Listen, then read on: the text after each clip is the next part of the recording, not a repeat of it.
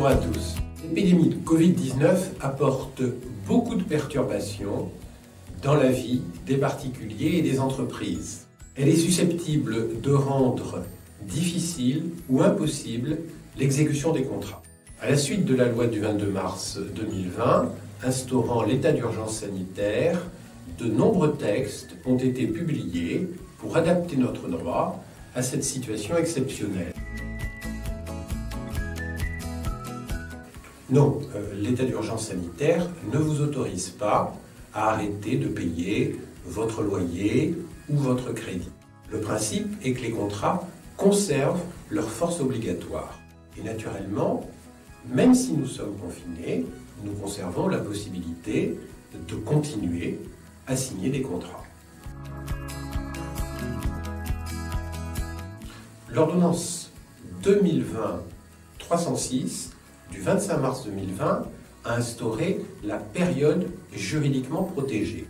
Cette période a débuté le 12 mars 2020 et elle expire 30 jours après la fin de l'état d'urgence sanitaire. Si l'état d'urgence sanitaire n'est pas prolongé, la période juridiquement protégée durera donc du 12 mars au 24 juin 2020, soit 3 mois et 12 jours. Les personnes qui avaient des obligations à accomplir pendant cette période, et même parfois un petit peu après, et qui n'auront pas été en mesure de les réaliser, ne seront pas pénalisées pour cette raison. Elles bénéficieront automatiquement d'un délai supplémentaire à partir du 25 juin 2020 pour s'acquitter de leurs obligations.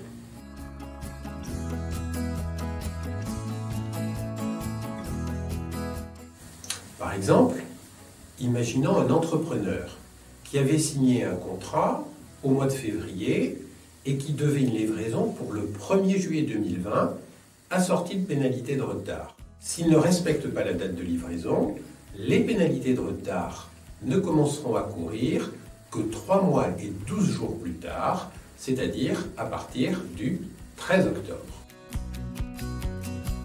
Vous avez signé un contrat le 1er mai et vous ne réglez pas ce qui est dû. Votre co-contractant vous menace de faire jouer la clause résolutoire pour le 15 juin.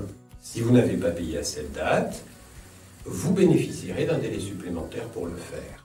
Dans cette hypothèse, il sera égal au nombre de jours écoulés entre le 1er mai et le 15 juin, soit 45 jours à partir du 25 juin, et donc jusqu'au 8 août. On a fait très vite pour publier ces textes, mais on n'a vraiment pas fait ça. Ils sont presque illisibles et particulièrement difficiles à comprendre. Ne vous aventurez pas seul dans leur interprétation.